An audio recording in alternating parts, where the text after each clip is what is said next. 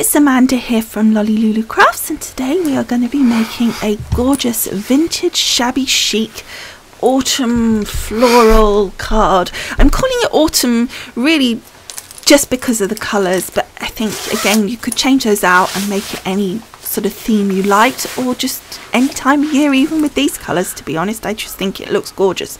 I hope you do when it's finished. So let's get crafting.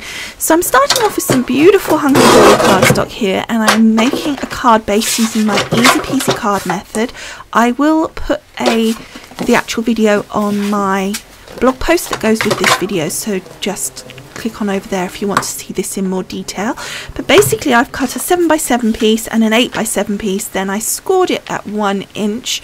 I've actually used hot glue here because I had it and it was available, and then I am sticking the two pieces together. Now on this instance I am actually sticking one coloured piece on the front and one coloured piece on the inside. So sometimes I mix it up and do both colours on the inside, but on this occasion I'm not. So now I'm taking some beautiful K & Company paper, and I'm using one of those tearing rulers, and I'm starting to tear up some papers to go on the front of the card. Now I tore a square to start with, and then I wanted to do a corner across one part, or one corner. So I tore the two sides, and then I actually ripped it off, but it went a bit thin, so I just cut it because that piece is going to be hidden anyway. So now I've got that underneath, so I'm just going to rip across because I know roughly where it is. Now you want to pull towards you if you want the white on the piece that you're leaving behind, like you saw there. And then you can see that I just did it really roughly there without even the tearing ruler. So then I've got another piece of this beautiful paper. This is from the K & Company annual collection. I don't know which one it is, or you'll see there I was tearing the paper the wrong way. What they do is they have their collections for pretty much the whole year, and they put it in one big bundle. And I quite often get those, but this is probably quite an old one because I've had this and I've mixed them up as well. I've had a couple and I've just put them all in together, so I couldn't tell you which collections they are other than the fact that I know it was K & Co. So I took that image and I've torn around that lovely little bird, and as you can see I'm taking all these lovely reds, browns, golden colours and just picking out papers that are going to all work together. So then I tore the butterflies as a strip, and then I tore the dotty paper as a mat behind that strip, but I wasn't very happy with the position of the little bird, so I fiddle around with tearing around at the bird to make it look less like a corner piece and more like a piece that would sit out into the card from the edge. However, I still didn't like that little tail that, well, I think it was actually, it looked like a tail, but I actually think it was just an oak leaf. But I decided I still wanted to keep it. I just wasn't happy with the position of it. So I then thought, well, if I move it by tearing it off, it actually looks kind of cool anyway. So I'm using my hot glue gun here. Again, it just was to hand, and it's really easy because it's sort of a wet glue, so it's easy to put on, and it sticks real quick because it's hot glue. So it didn't seem to have any problem on the paper at all. It didn't come through or anything like that, so I think it worked okay. So you can see here I'm just putting the little bird on, and then I'm tucking that sort of oak leaf piece behind, and I think it actually looks like a really elaborate sort of feather tail. So then I'm taking another piece of this beautiful paper. I really liked this, and I really wanted to use this one because I really liked the flowers on it, and I wanted to soften down some of these pieces at the bottom as well and just soften the colour. I mean, I think in the end you actually end up hardly seeing a lot of these papers, to be honest. They sort of just peek out, but you kind of only can guess at this point which bits are going to show and which aren't, but you do your best. So I kind of like that. As I say, not a lot of it's going to show, so you don't need to get too fussy about it. So then we're on to my texture paste. I always like using a bit of texture paste when I'm doing sort of a shabby chic style card, and I'm using this Tim Holtz sort of, I don't know, it's kind of a dotty one. I'm not sure of the name of it, but it's kind of like a, it's not perfect dots, it's kind of scruffy dots. And then I'm using I think I used Polar White the first of all, and then I've got this sparkle one because I wanted to slightly see through to the card, to the papers behind, and I think that looks there, you can see it a bit better there. And I deliberately do it quite thick so I don't really scrape it down thin. You can do, but I like that extra texture that you get from doing that. And there I put the lovely mink colour on. So now I'm just prepping some elements that of the scrapanic or scrapanic, I'm not sure how you say it, chipboard element that I had, and I wanted to just paint it up in white and let it dry for when I needed it. So next I took some more of that lovely paper and I cut it down to just under the 7x7 to make like a lovely insert. I really like doing this sort of flappy inserts, as I call it, and I cut it just down below the size of the actual card, and then I just add a little tape runner on the top and then just stick it down almost as if you're putting a matte and layer down, but obviously you're only sticking the top edge down. And I just think that makes it look really sort of an expensive card, having that sort of extra piece in there. And also I love that paper, so I really wanted to show off that paper, and I figured it's probably going to get quite hidden on the front in the end. So now I've got some of these gorgeous pearl swirls. I really like these from Creative Expressions, and I cut it up so one does a lot. Actually, I cut it to this case, I actually did it into two for one card, so it was one pearl swirl did me the whole card. And as you can see, I'm just fiddling around trying to position it.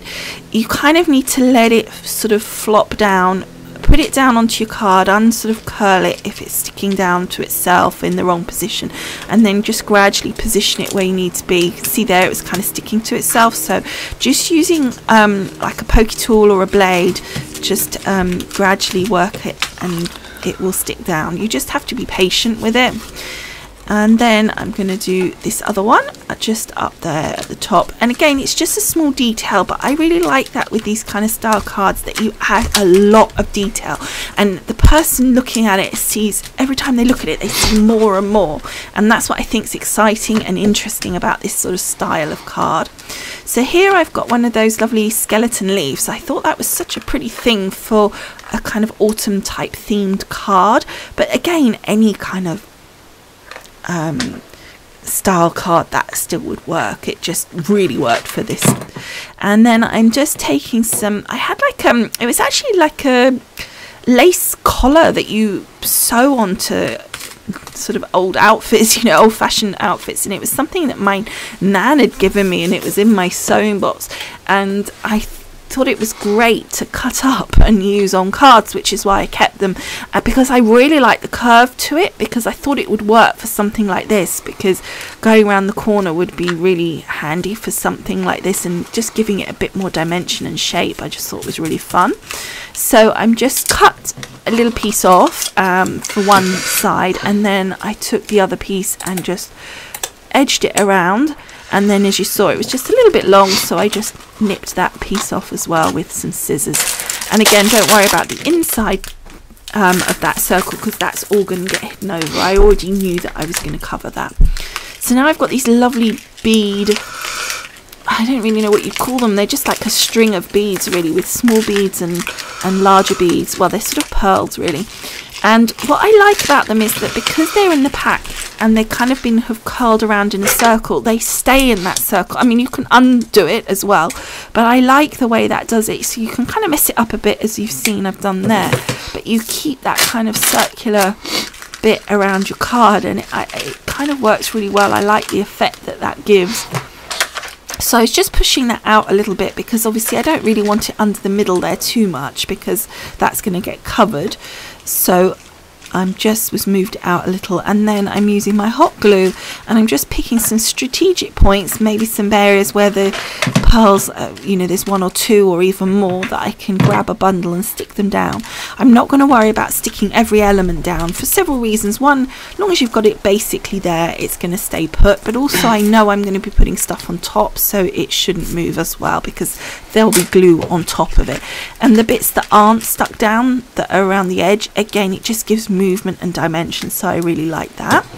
And then I've got these lovely twigs, I guess you'd call them, little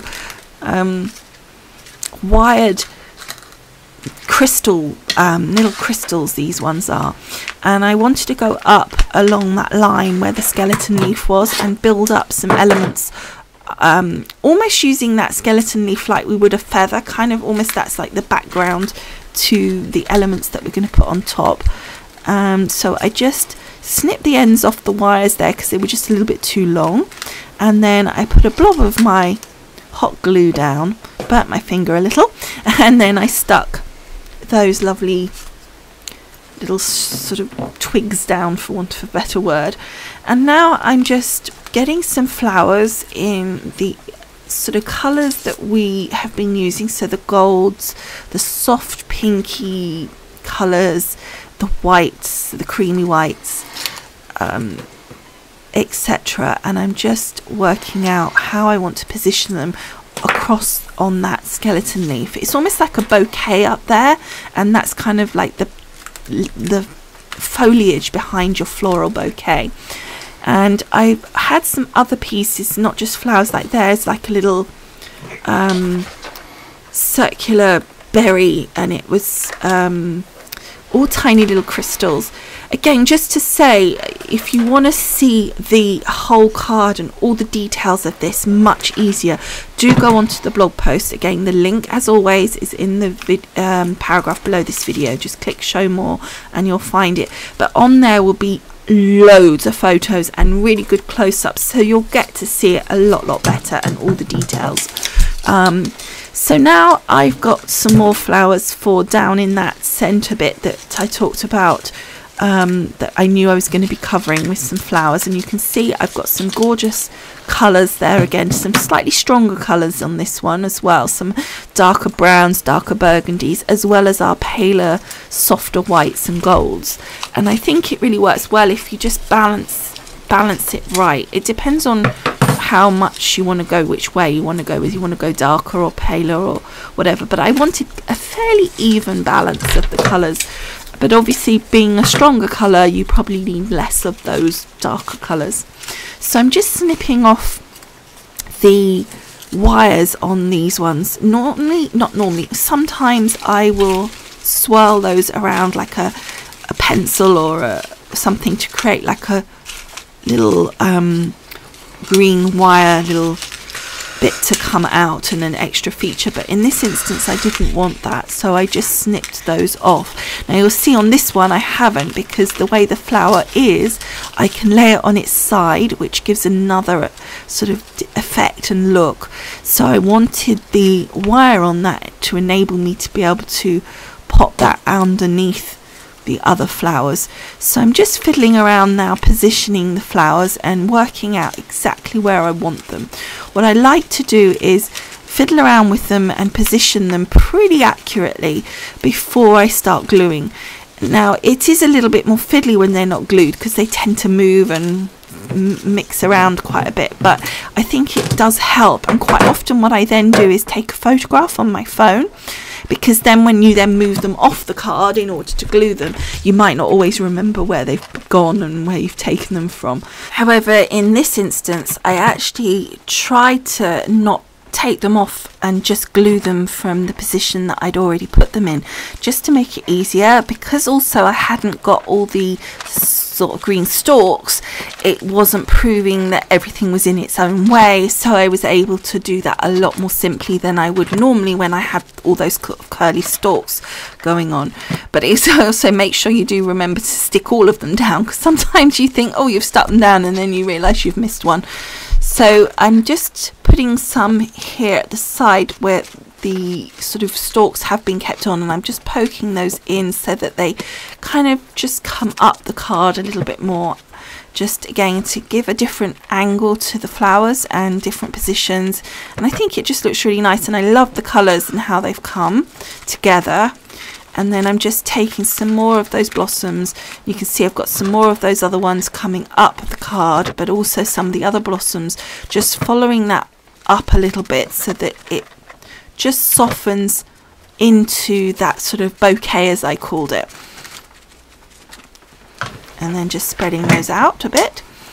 So then looking at the card, I liked it, but it needed something down the bottom on that left hand side, so I created another bouquet, twisting the wires together just to hold them in one bundle. I find that often helps to glue them down that way. However, I missed one out, so I just did that separately.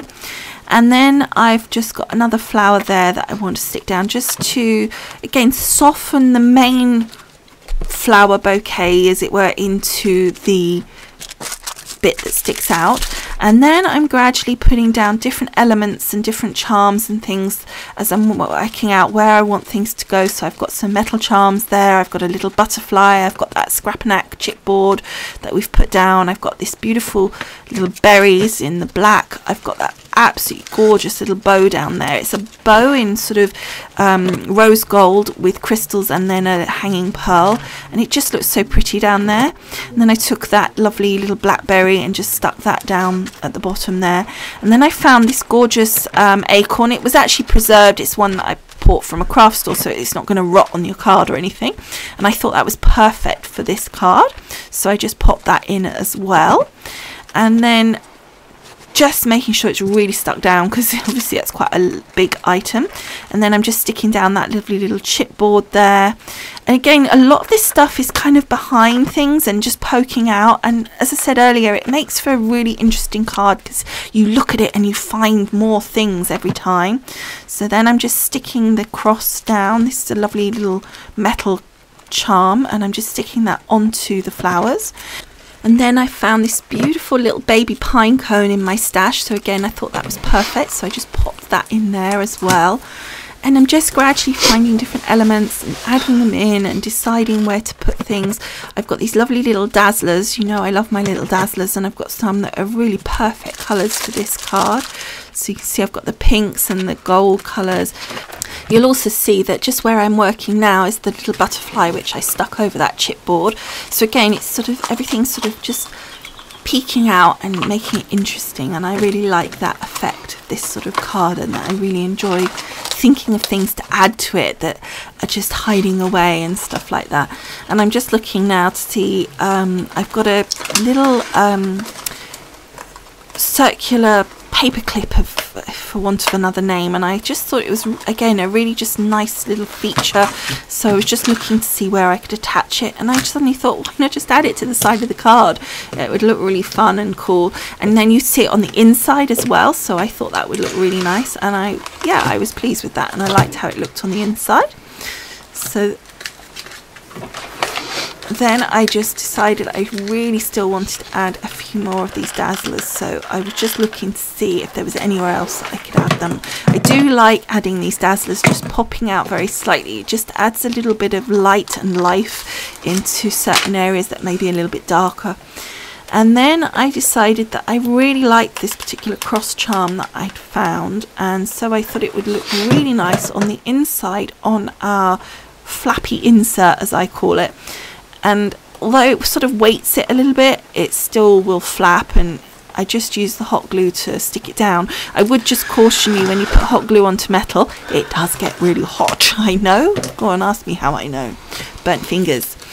Anyway, I then thought, I felt like I wanted to add this feather, because I basically, when I do the cards like this, I gather a whole selection of things that will, all different embellishments that basically will fit in the colour theme, and I think I might use. And one of the things I picked up was the feather, and I just thought it was so nice and so pretty, and I just felt like it would work. And I was just trying to think of somewhere to use it, and I suddenly thought it would look really nice and effective and just soften those flowers down, but also emphasize them. It would kind of put a single colour behind them and therefore make them pop out a little bit more. And again, it would come off the edge of the card as well, which I like. So I just felt it really worked at the side there, and I think that looks really pretty. I love these marabou feathers, they're so soft. I then decided it really did need something just a little bit more in this corner. I just felt it was missing something, so I just added a couple of flowers just kind of popping out, and kept their stalks and just overhanging that corner a little bit, just to bring that down and just, I felt, make the shape work.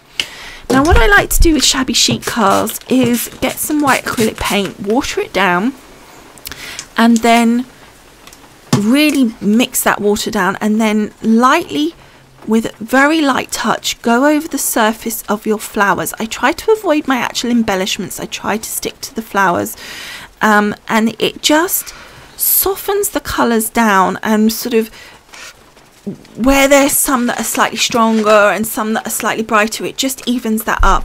I then decided to go around the edges with the paint, and then I still thought it needed a bit more work to it, so I actually then splattered some of the paint to it, and I really liked that messy look, which is really messy for me. You know, I don't really do messy cards as a rule, so I was having quite a bit of fun with this, and I'm just showing you here the close-up of it and how it sort of turned up. But as I said, oh, you can see there the curly wires that I was talking about, but do make sure you do go across to the blog post, because you definitely will see so many pictures, and it always is nice to see the close-ups in the photographs, I think, because you really get to see all the detail.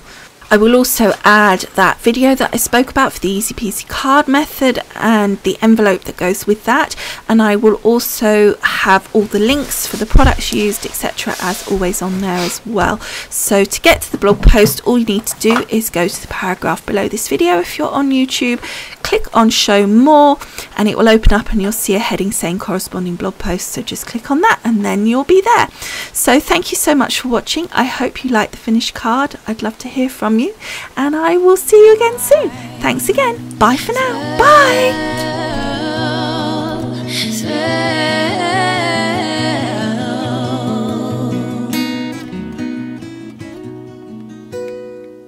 I'm a gypsy lover, so I left you in the night, hoping you would look for me under the starry sky. Terrified to know I laid alone in fields of hope. So if you never come, I guess I'll finally know. Was it real? I still feel the way you felt. Was it true? Or were you just under my